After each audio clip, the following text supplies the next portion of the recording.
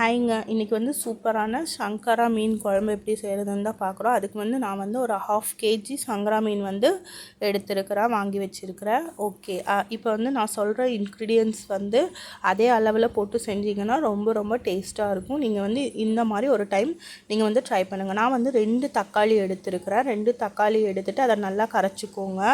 Okay, கூடவே ஒரு சின்ன நெல்லிக்காய் சைஸு புளி எடுத்து ஊற வச்சுருக்கேன். அதையும் கரைச்சி இந்த தக்காளிக்குள்ளே ஆட் பண்ணிக்கலாம்.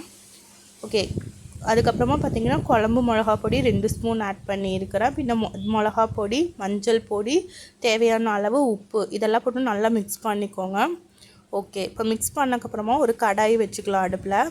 அதில் வந்து நான் நல்லெண்ணெய் ஆட் பண்ணியிருக்கிறேன். நல்லெண்ணெய் தாங்க நல்லாயிருக்கும். அதுக்கப்புறமா கடுகு ஆட் பண்ணிக்கோங்க.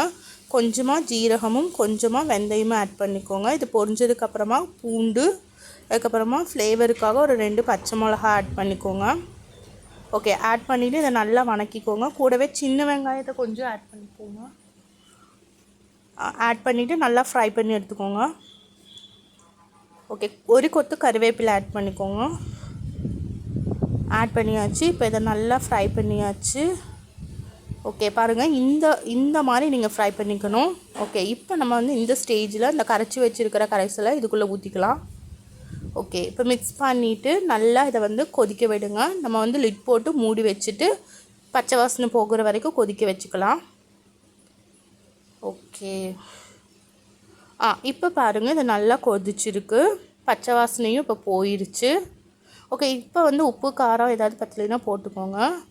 இப்போ நம்ம வாஷ் பண்ணி வச்சுருக்கிற சங்கரா மீனை இதில் ஆட் பண்ணிக்கோங்க.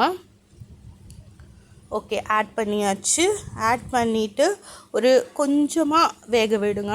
ஒரு 5 minutes வச்சா போதும். ஒரு லிட் போட்டு மூடி வைங்க. ரொம்ப விட்டிங்கன்னா கரைஞ்சி போயிடும்.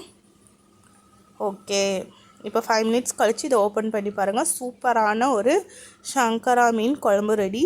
நீங்களும் உங்கள் வீட்டில் இந்த மாதிரி ட்ரை பண்ணி பாருங்கள். மேலே வந்து மல்லித்தலை தூவிக்கோங்க. ஓகே, நீங்களும் ட்ரை பண்ணி பாருங்கள். ட்ரை பண்ணி பார்த்துட்டு இந்த ரெசிபி எப்படி இருக்குதுன்னு சொல்லி நீங்கள் எனக்கு கமெண்ட் பண்ணுங்கள்.